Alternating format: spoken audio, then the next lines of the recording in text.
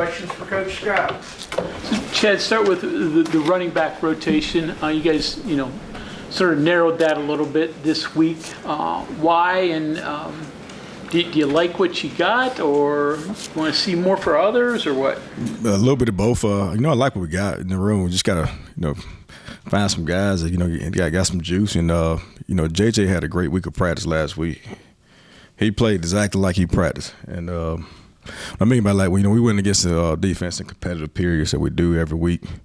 The physicality, the determination, the urgency he ran with on Saturday. He practiced that way, so he literally practiced exactly like he played like he practiced. But also, a lot of guys try to find a rhythm, establish a rhythm, and then get going. And he got going, so kind of rode with him. Is there some things he offers with the way Garrett plays, the running game, QB running game, that Johnson can add to that?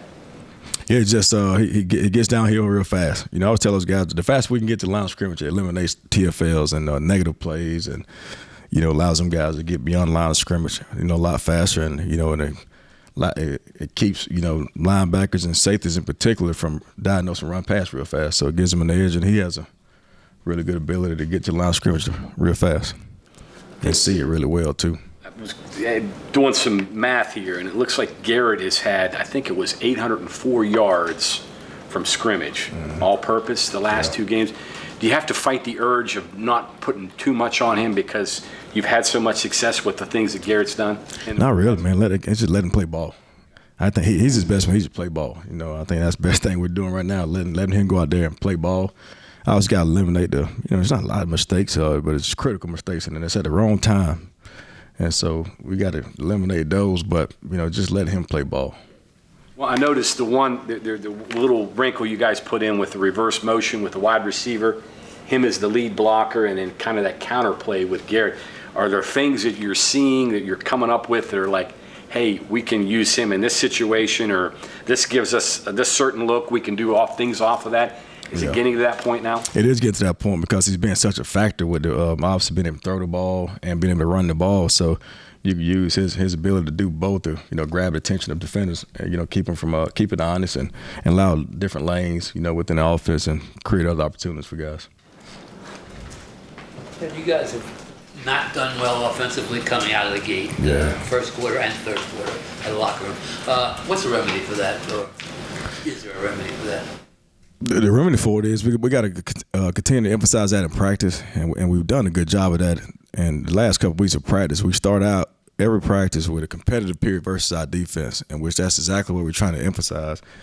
And so now the first period of the first period of Tuesday's practice last week was we did not start fast. And so we got to be consistent from that standpoint of practice. But that is something we do every practice to emphasize that and get better at it. And the emphasis this week is to come out. And I told those guys this last week, we got confidence within ourselves where they know they can go downfield and score. It was evident in the end of the game against Houston. It was evident in last week's practice. I think I mentioned that to you all in a 2-minute situation where we went downfield and scored and at the end of half at practice. And then we did it, with 5 minutes to go right before halftime this past game, where it's just the confidence that those guys exuberated within that huddle. Like, they just knew they were going to go down and score the football. We got to have that same mentality when we start games. We got to have that same mentality when we're up, and not just that mentality when we're down.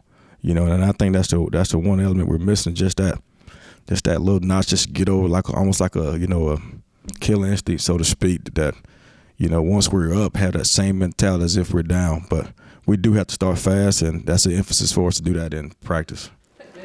Too conservative. We've had 14 first possessions, 7 games of third quarter, first quarter, out of the locker room. And 9 times I think CJ's gotten the ball on the first play.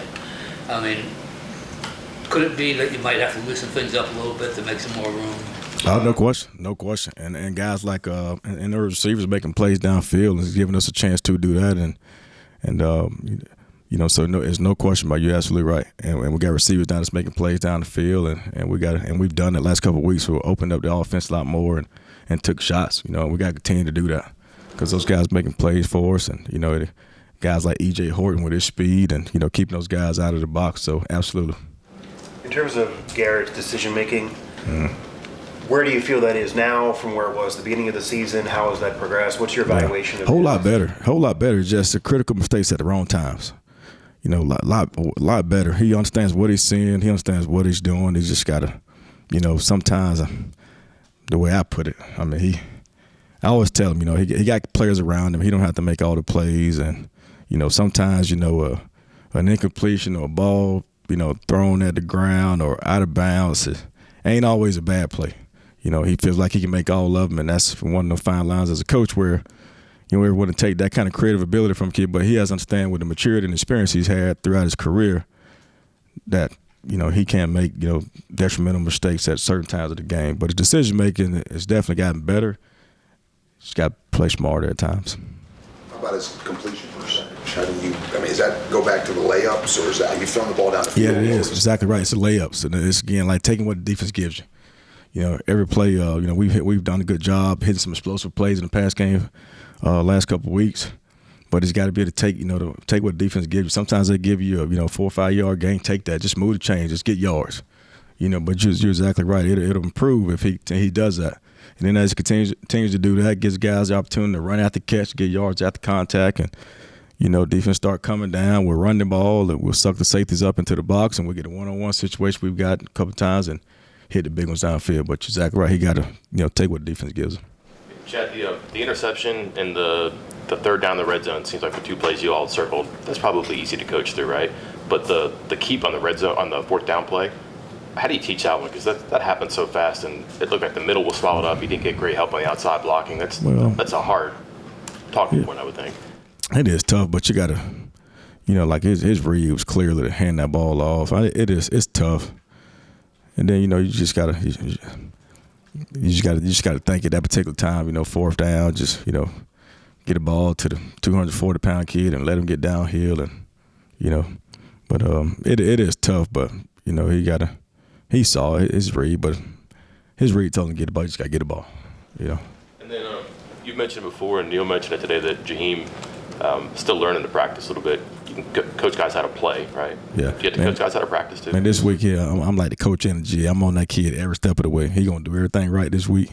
He gonna be where he's supposed to be. He gonna do what he's supposed to do, and he gonna press like he's supposed to practice. He gonna run fast like he's supposed to run fast. And so we go play him because he can do things with the ball in his hand, and we need it. So I'm gonna be on him every step of the way this week, so we can get that done, because he can make things happen with the ball in his hand. He can do stuff I can't coach, and we need that on the football field. Chad, we talked to Preston Fox a little while ago, so give us your impression. Start with you when you first saw him. When did you sort of realize he had a chance to be more than just an average walk-on for you and could become a contributor? For me, man, me personally, about 3 or 4 years ago, I love that kid. He's always made phenomenal catches, Being in the position I am now, I've always made sure, fall for the guys that, I've always talked about it, man. There's talent equal production. That kid's always producing, and he deserves to be on the football field, and I'm glad he's playing the way he's playing. He's very resilient. Obviously had some tough drops early in the season, and, he's done a phenomenal job keeping his chin up, being courageous, continuously come back and work at his craft and keep getting better, keep fighting it. And he shows the whole offense that you don't have to just necessarily be just special in your ability. Just be special in the little things. I always tell a guy, be magical in the little things, and the great things that we all want and that we all expect to happen will happen. And he just does the littlest things right and puts himself in the position to make the plays he makes.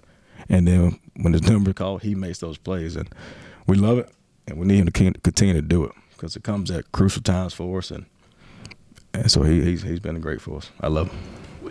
With the way UCF plays offensively and the way they use the whole field and what they're capable of doing, does that influence you at all offensively and what you guys do?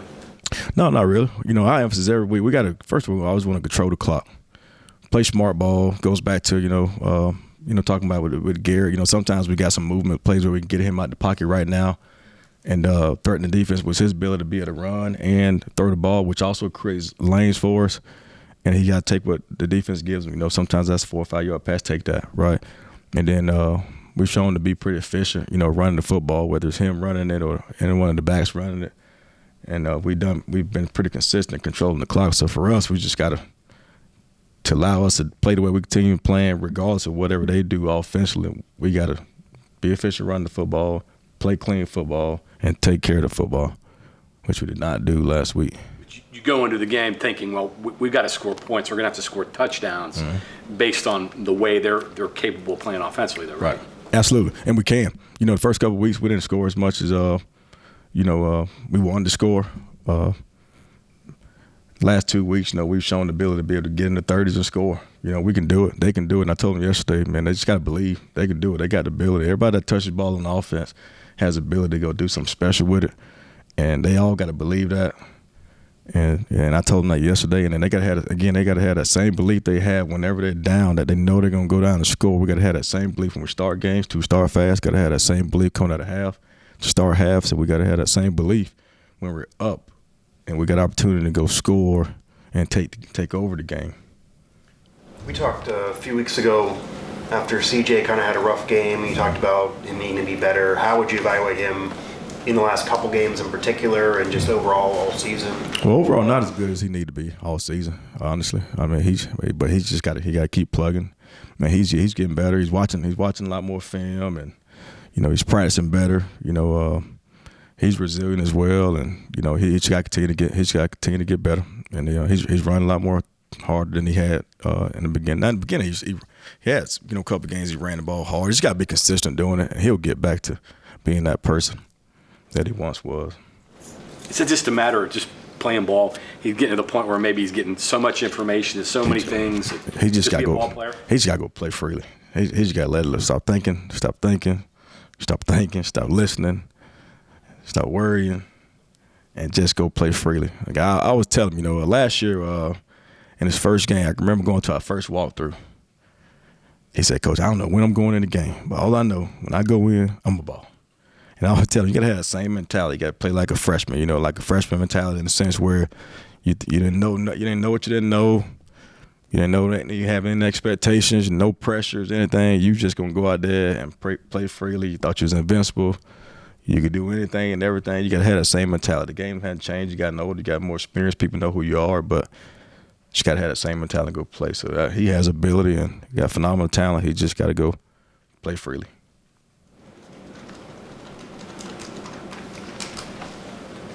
Okay, anything else, Coach? Thank you. All right. Thank you all.